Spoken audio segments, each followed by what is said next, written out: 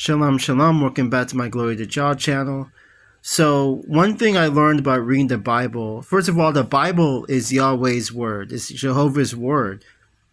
You know, he put the spirit of Yahweh was in these men who wrote the Bible.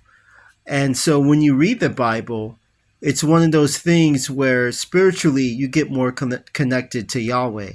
You get more connected to Jehovah. And you have a clearer, better understanding of how he works. But first of all, you have to be able to believe in Yahweh. You have to be able to believe in him, and you have to know that he's real and that it's true. And the word is God is real, you know. The reason why the world is so bad is because people don't want to keep his commandments. But anyway, right now I'm reading the book of Genesis. This will be a part of my Bible series. So, one thing about the book of Genesis, it says here that,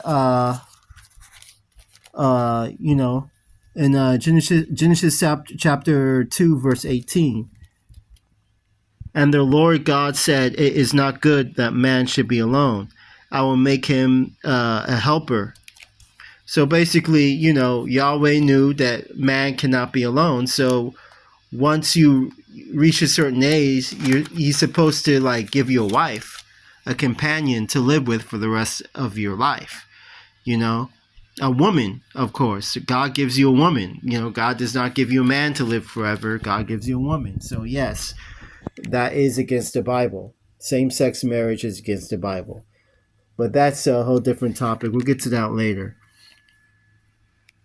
So, of course, Yahweh was mad at Adam for listening to his wife. Let me get to that right. Here's Genesis chapter 2, verse 22. And the rib which the Lord God had taken from man made he a woman, and brought her unto man. And Adam said, "This is now bones of my bones, and flesh of my flesh. She shall be called woman, because she was taken out of man.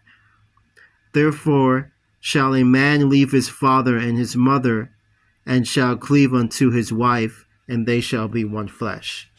Now when I was doing Bible study, I think a few years ago, I can't remember, but I had a guest in the Bible study, and she was more into New Age. So just a warning: anyone who worships the universe is a red flag. Yahweh created the universe, but anyone who worships the universe instead of worshiping Yahweh, obviously they don't know anything about God. So that's a red flag. You want to avoid people like that. Anyway, she was saying basically that, questioning how come God has to be a woman, because women are the creators. Why does God have to be a man?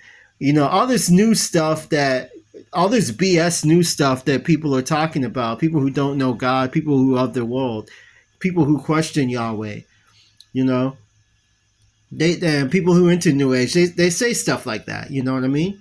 When in reality, yes, God creates spiritually, and women creates physically. That's why God created woman. Yeah, so going back, she was definitely into this woman movement nonsense is going on, right?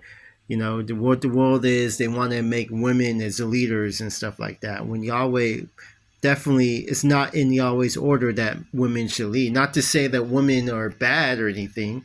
God created women too, so women have an importance in this world. They're very important, but men should rule over women. That's the way Yahweh created it. Women are too emotional. They go by their feelings too much, and they don't know, you know what I mean? So that's why, anyway, that's a whole different topic. So I told her, and the sad thing about it, during the Bible study, one of the members of the Bible study started to believe what she was saying. And so I had to intervene. So I gave her 1 Corinthians chapter 11, verse 8 through 9, which says, "For the man is not of the woman, but the woman of the man. Neither was the man created for the woman, but the woman for the man." And that completely kind of put her to shame a little bit. I never seen her since. She stopped going to the Bible study and stuff. But yeah, I gave her that. because people need to know. Man was created first in God's image.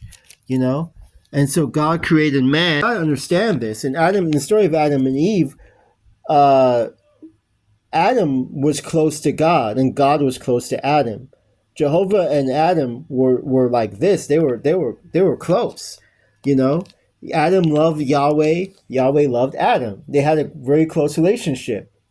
And so one of the reasons why Adam ate the fruit was because not only was he was trying to please Eve, you know, because he realized, God created this woman for me to keep me companion, to keep me company, to help me and stuff. And I want to please Yahweh.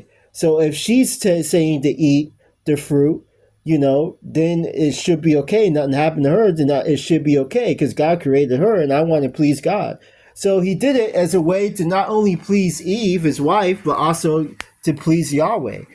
But he didn't know he was being deceived. And that's why it says in the Bible, obey God. Don't listen to man. Listen to God.